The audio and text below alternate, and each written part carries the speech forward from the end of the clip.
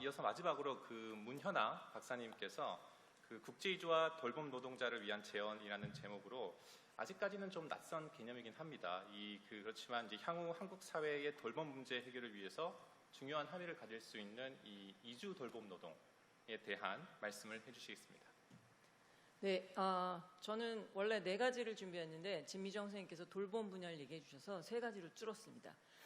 첫 번째는 저출산과 관련해서 이것은 여성만의 문제가 아니다. 그래서 저출생이라고 쓰게 된 거고, 그 다음에 아이를 낳는 숫자만의 문제가 아니라 이 사회가 아이에 대해서 갖는 의미가 무엇인가를 생각해야 되는 문제다. 이게 첫 번째고요.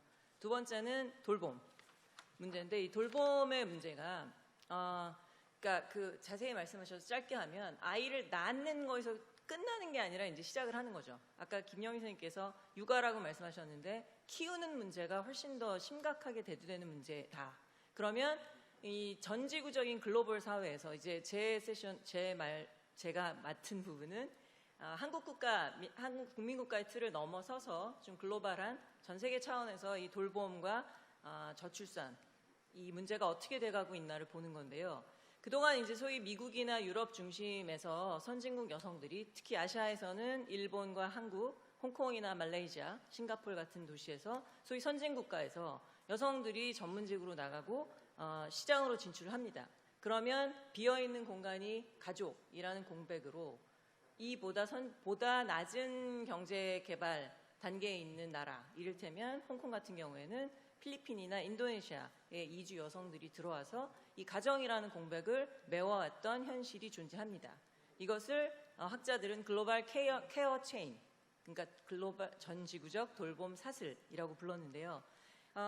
이 부분에 대해서 이제 그 글로벌 케어 체인이 결국은 필리핀이나 인도네시아의 경제도 성장을 시켰고, 그 다음에 홍콩이나 말레이시아, 싱가포르 같은 나라도 경제 성장을 시켰다라고 얘기를 하고 있습니다. 한국 같은 경우는 일본하고 좀 다르지만 아무튼 한국 같은 경우는 저출산을 위해서 무엇을 했느냐, 국제결혼 이주 여성들을 들여왔습니다. 아까 이철희 선생님께서 얘기하신 포항이나 광양 쪽에 있는 여성들의 유입이 있었다라는 게 그건지는 제가 확인을 못 해봤는데 결혼 이주 여성들이 증가를 했습니다. 그러나 그게 근본적으로 저출산 문제를 한국에서 해결했느냐, 물음표라고 보입니다. 그래서 지구적으로 지금 이주 여성 돌봄 노동을 통해서 이걸 활성화시키는 방안을 얘기하자라고 얘기가 되고 있는데 2019년에 홍콩에서 이 이주가사 노동자들을 지원한 인리치라는 단체에서 돌봄의 가치라는 보고서를 냈습니다. 이 보고서의 결과는 필리핀이나 인도네시아에서 이들이 송금을 보내는 것으로 그들의 경제 성장에 도움이 되고, 그 다음에 홍콩이나 싱가포르에서는 여성들이 경력 단절 없이 일을 할 수 있음으로 인해서 경제 성장에 도움이 된다. 더하기 가족에서 가족 내의 돌봄의 질이 향상되고 있다라는 결과 보고서를 냈습니다. 그러면 이런 글로벌 케어 체인, 이것이 원활하게 지속되려면 무엇이 필요한가?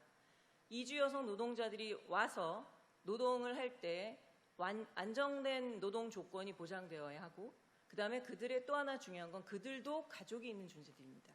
그들도 아이를 낳고 그들도 돌봄을 해야 되는 존재라고 했었을 때 그들이 가족을 돌볼 수 있는 권리가 부여될 수 있어야 된다. 이런 것들이 갖춰져야 이것이 선순환 구조로 계속 갈 수 있다라는 결론을 내립니다.